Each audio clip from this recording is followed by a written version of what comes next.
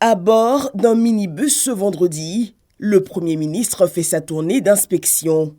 Patrick Achi visite 3 grands chantiers en cours, la sortie est de Yopougon vers Abobo-Anyama, la sortie ouest vers Dabou et le 4e pont. Premier arrêt, le site des travaux d'élargissement de la sortie est d'Abidjan, route prison civile, longue de 23 km.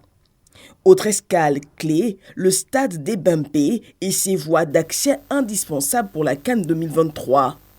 Plus loin, la sortie ouest du carrefour Jacquesville, dont les travaux comprennent la réalisation d'une autoroute de 2 fois 2 voies, la construction de passerelles piétonnes au-dessus de l'autoroute de Yopougon. On peut s'estimer heureux de l'avancée de ces chantiers qui vont permettre véritablement de fluidifier le trafic, de permettre également de désenclaver, je dirais, un certain nombre de quartiers et de permettre d'accéder aisément d'une part à la voie qui mène sur Abengourou, Bondoukou, la voie de l'Est, et également bien sûr celle qui mène à Dabou, mais plus particulièrement qui va se prolonger sur la côtière qui actuellement est en construction et qui va nous mener jusqu'à San Pedro, pour lequel également vous savez qu'il y a un stade qui sera utilisé lors de la CAN.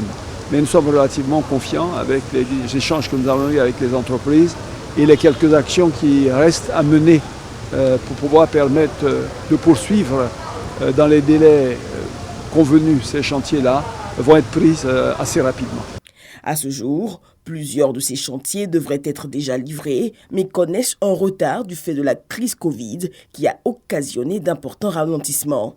Nous avons souffert de la période Covid qui nous a fait perdre plus de 15 à 18 mois quelquefois.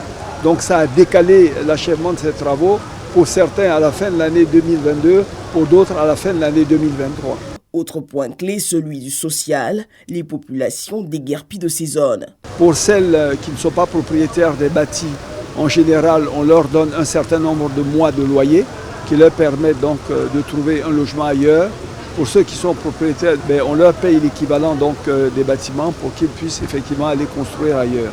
Donc ils signent sur la base des évaluations qui ont été faites des certificats et sur la base de ces certificats, ils sont payés, les choses se font normalement. Patrick Achi s'est voulu rassurant quant à la volonté unique du gouvernement, toujours améliorer le cadre et les conditions de vie des populations. Notons que ces chantiers d'un investissement cumulé de près de 250 milliards de francs CFA emploient des milliers de travailleurs ivoiriens.